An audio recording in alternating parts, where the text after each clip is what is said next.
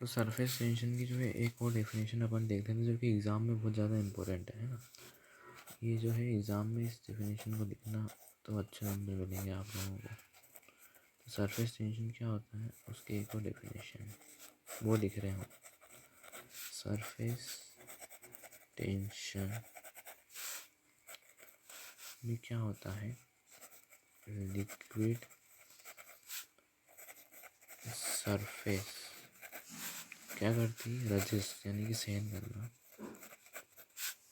External force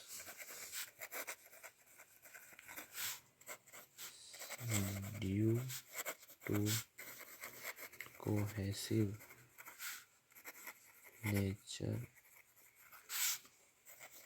of liquid molecules. इसमें होता क्या है सरफेस टेंशन में, लिक्विड की जो सरफेस रहती है, ये लिक्विड बनाया, इसकी जो सरफेस है ये रेजिस्ट करती है एक्सटर्नल फोर्स, यानी कि बाहर इसके ऊपर कुछ अगर वेट वगैरह अपन रख दें, हाँ, तो उसको रजिस्ट करेगी, एक हद तक रजिस्ट कर पाएगी, यानी कि एक हद तक इलास्टिक की तरह बिहेव करेगी। क्यों? क्योंकि इसके अंदर जो पार्टिकल्स है अपने ये कोहेसिव नेचर है इनका, यानी कि ये एक दूसरे को अपनी तरफ खींच रहे हैं सारे पार्टिकल्स, जिससे पूरी सरफेस सिकुड़ना चाह रही है। और इस सिकुड़ने की वजह से इसके ऊपर एक लेयर बन रही है जो कि इलास्टिक की तरह बिहेव कर रही है। तो अगर इस पर हल्का सा अगर अपन वजन रखें तो डूबेगा नहीं। इसलिए एक लिक्विड रहता है जो उसकी सरफेस पे अगर अपन ने पतली सी सुई रख दी तो वो डूबती नहीं है। क्यों नहीं डूबती? क्योंकि इसके मॉलिक्यूल्स का जो नेचर है वो कोहेसिव है। कोहेसिव यानी कि एक दूसरे को ये अपनी तरफ खींचते हैं, जिससे कि ये पूरी लिक्विड की जो सरफेस है ये सिकुड़ना चाहती है।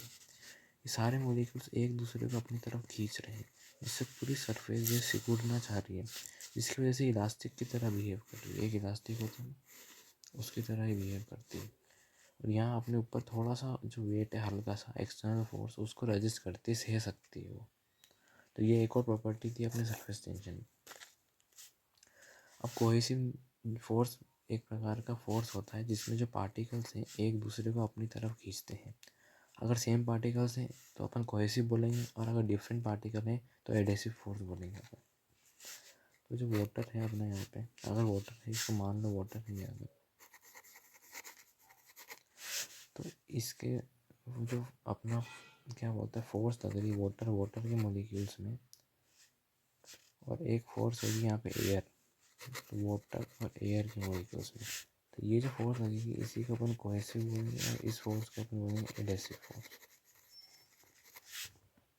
तो वाटर के केस में क्या होता है, जो एडेसिव फोर्स है वो ज़्यादा होती है, इसलिए जो पानी है वो फैलता ज़्यादा है, क्योंकि हवा के मॉलिक्यूल्स पे जब प्रेशर लगेगा इसका वो थोड़ा ज़्यादा होगा इस पानी के मॉलिक्यूल से, तो ये इसको अपनी तरफ खींचेगा तो ये फैलने की टेंडेंसी ज़्यादा रखेगा पानी।